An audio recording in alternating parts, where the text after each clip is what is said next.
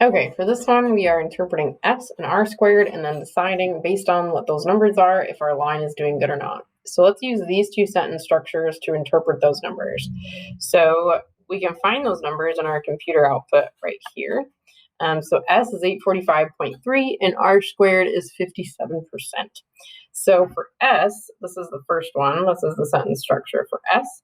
S is our average error. So every time the line predicts something, S is how far off we are.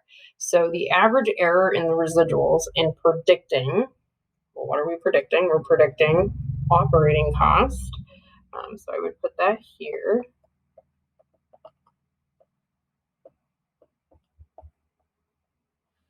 In predicting operating cost is, we'll put the number,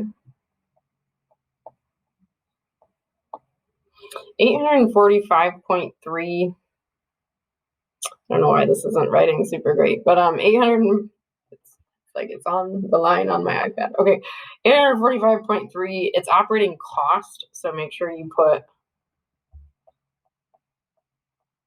dollars using the least squares regression line. So basically, anytime the line predicts something for us, it's off by $845, and 0.3 is 30 cents. So that's a lot. It's like, hey, we predicted something, but it could be off either way by $845. So good luck with your budget planning. I don't know. That's not very great. Likewise, if we look at our R squared value, that's 57%. So to interpret that, we're using this sentence structure. So we would say about 57% of R squared, or of the variation in the data, is accounted for by the line. So let me write this all out for you. So about 57% of the variation, so basically how much your data is varying or wiggling around is how I think about it. About 57% of the variation in, well, what are we measuring?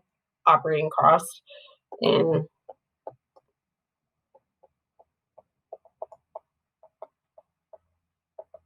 is accounted for by the LSRL. So how do we know if we did good or not? Well, we want to think about it. Our average error every time we predict, we're off by 845 bucks. The data is not super strong.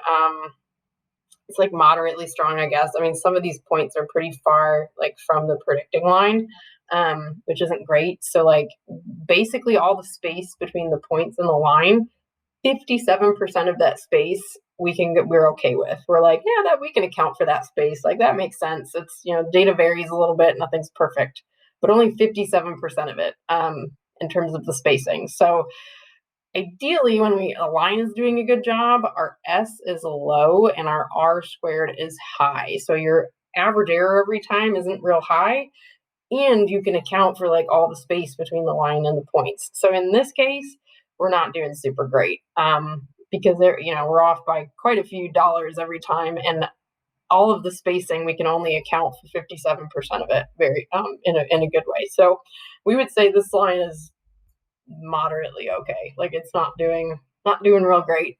We could be definitely doing better.